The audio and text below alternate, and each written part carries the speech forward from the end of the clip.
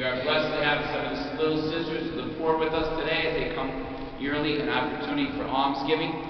You've done a great job with the diapers a couple weeks ago, and the almsgiving opportunity for our sister church in North Carolina last week. That's terrific. I'm sure you respond for the sisters as you always do, as everybody around here does, for their great work. It's a long gospel, but it's an important gospel. As we get near Easter and we get ready to accept into the church those who are in the process of converting from nothing to Catholicism or something else to Catholicism. Some years ago, while teaching a class, and I teach juniors and seniors, somebody was asking me how to deal with the blind spot when you're driving. You can't see the guy right back there.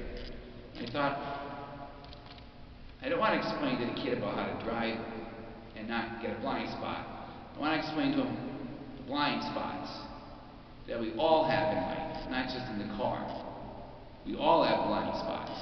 Things you should see, but you just don't see. And there's no better example than this gospel. Because the Pharisees were very devout Jews. They were the best. They were very holy. But they had a blind spot. They could not see how they had elevated the Sabbath to something more important than the human being. I mean, this guy had been blind from birth. Think about that. He had never seen the face of his mother, or a sunset, or a sunrise. And he's cured. This was cause for a celebration. Instead, they started an investigation. Who did it? How did this happen? They were blind because of their Jewish faith, that they couldn't see the man sitting in front of them and the miracle that had happened by Jesus. They were blind. They could see, but they had a blind spot. Spiritual. I don't care about the kid asking about the car. I can teach the kid how to drive. But what are the blind spots that the kid has? That's what I want the kid to see, the blind spots.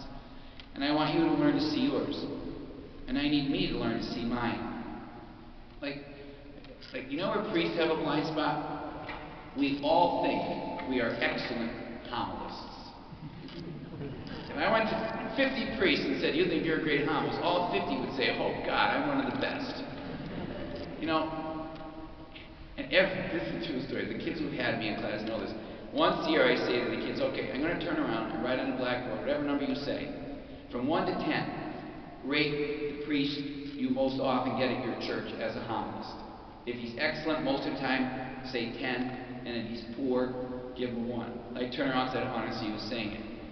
You know, here's the numbers I hear. 1, 1, 1, 1, 1, 0, 1, 1, 1, 1, 0. But their pastors think they're excellent homilists. Because they can't see. You know why? Because we think because ordination means oratorical. That just because they ordain you, therefore you're a good homilist.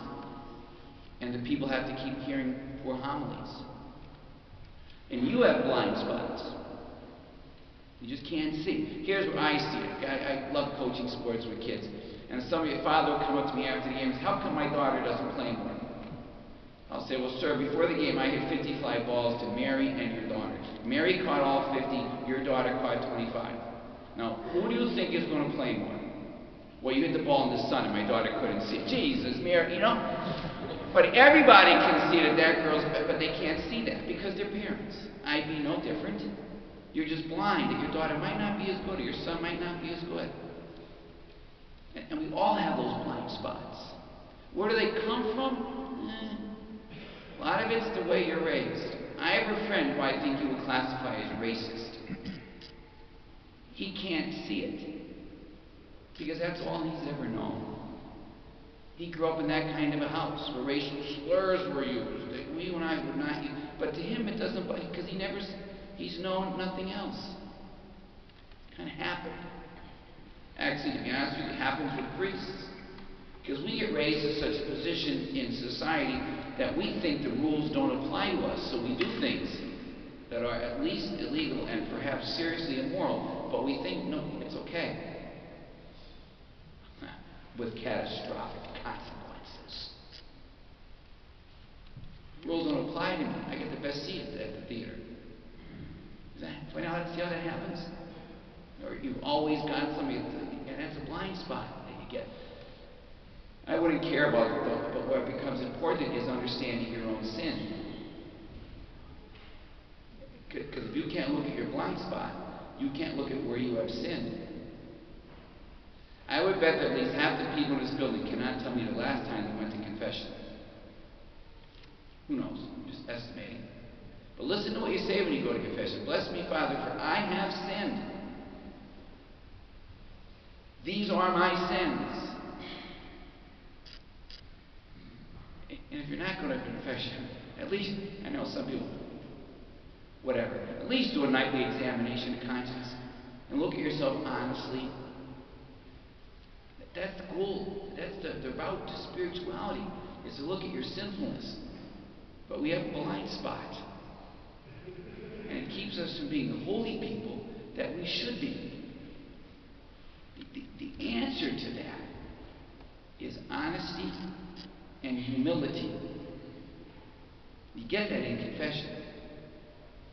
And if you don't go, if somebody doesn't give it to you, you're going to think you're holier than you are.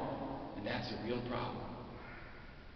The spiritual life requires listening to other people honestly help you, guide you, maybe a priest, and being humble enough to hear it.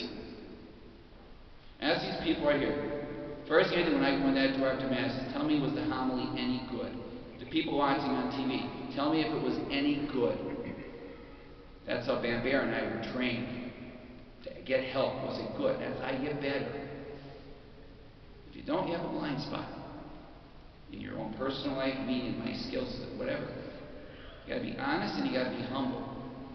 I pray that you know your blind spots, where you don't recognize your sin, you don't deal with them. That keeps the devil in play, and you very much in trouble. I pray that I know my blind spots. If we get both of those things, we will be holy people. Let us stand, my friends, to profess our faith in Almighty